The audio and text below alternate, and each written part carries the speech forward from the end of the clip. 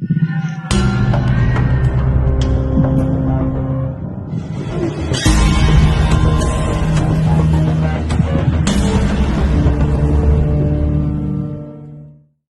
YouTube.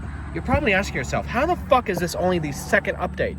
It looks like you got so much shit done, but yet you haven't done a video between then and now. And don't worry, I'm gonna break it all down into nice digestible bites so that way you guys can understand every bit of the process and do this yourselves at home.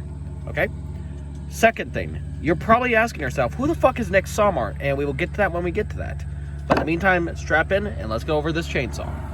Now, first thing I did, right, is this chainsaw got a bath, because before you paint, before you even think about painting anything, you need to make sure, one, your chainsaw is clean. The cleanliness will allow the paint to adhere and stick better. Secondly, you want to make sure it's sanded down. Now, what I did was I used some Dawn dish liquid soap, a scrub brush, and of course, some warm water, and I scrubbed the shit out of this chainsaw. After that, I gave it a heavy sanding with some 150p sanding. Now, the way sanding goes is the higher grade you go, the finer finish you get. The lower down, the more it's meant to tear and scratch. You don't want to tear and scratch at this chainsaw. You just want to prep it for paint. So I did that, rinsed off all the shavings with some water, and I gave it a nice base coat of satin. Keep in mind, it has to be satin, apple red from Rust-Oleum. That gives it a nice sort of purish red like you see in the movies.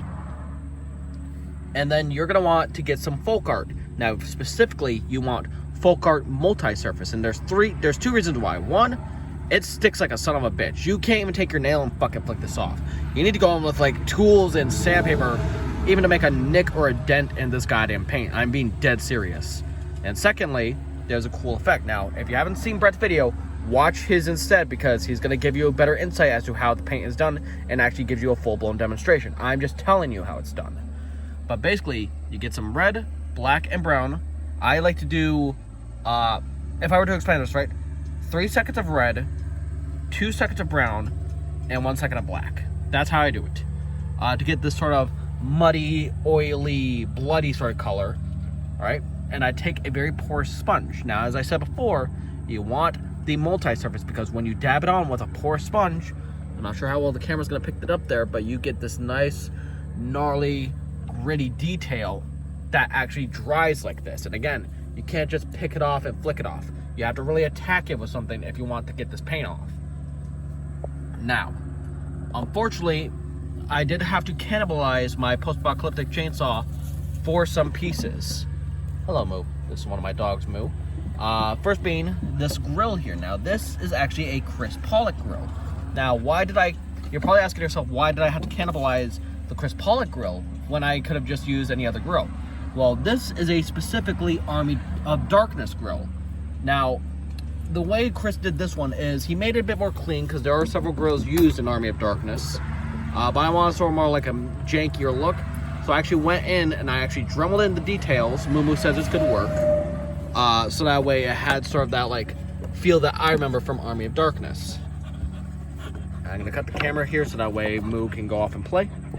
And as you can see here, I also had to cannibalize the muffler. Now, Nick, I will get into a second, did send out a muffler, but it wasn't quite the style of Army of Darkness. But the post-apocalyptic one was. So what I did was I just harvested from that, screwed it on, and I did have to fill in this gap here because, again, originally this was meant for a closed back chainsaw, so this had to be rounded out. But in AOD, there's no such thing, so I had to fill it back in. Now we get on to who the fuck is Nick Somar. And I'll tell you who the fuck Nick Somar is. He's a great fucking seller. Now, if you don't know who Nick Somar is, Nick Somar basically sells Evil Dead chainsaws and Evil Dead chainsaw parts. Now, if you actually seen the Evil Dead the game chainsaw, the game, you know, that came out for Xbox and PS4 and PS5, the chainsaw they used as model was his Gen 1 Evil Dead 2 flat top chainsaw. That was Nick Somar's work. And we were able to easily identify it just from the pictures they used for their magazine. So, yeah, that was actually from Nick Somart. However, he doesn't just do full chainsaws, and unfortunately, as far as I know, he doesn't make those Gen 1 chainsaws anymore, but if you ask him, I'm sure he would be more than happy to.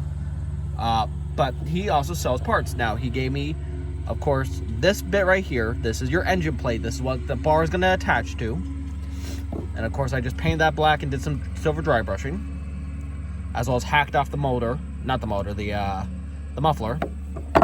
He gave me the side handle here, which is nice and textured and beautiful.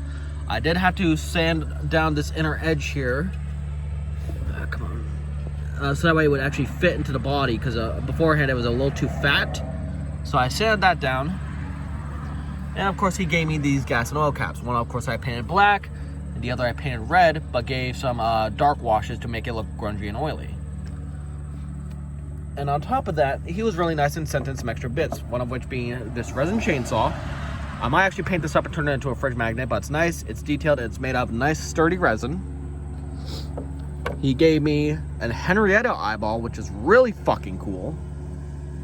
And then he gave me 2 spare grills. One is slightly thicker than the other. I'm not quite sure the reason why, but it was really nice of him to do. Let's focus you. Now, last thing I want to cover on is the handle. Now, the handle, well, the top handle, me and Brett worked on over at his place when we were filming Brett's Curvy Chainsaw's Rest in Peace series. Now, again, this is just your basic aluminum that we bent into the proper shape. Now, you're probably asking yourself, why isn't it on the chainsaw yet then? Because of one issue. So, when you do a top handle, when you first initially do it, it's not going to come out perfect. As you can see here, there's a gap between the metal and the wood, which is a problem because you need to attach the handle to the wood. So for that to work, that needs to be perfectly flat. So in my next update, that's gonna be the thing we cover. And yeah, that's pretty much update 2 for the AOD. Now, next time I see you guys, I should have this like closer to 99% done outside of the cuff, potentially speaking. But in the meantime, you guys keep it groovy. I will have another update as soon as there is one.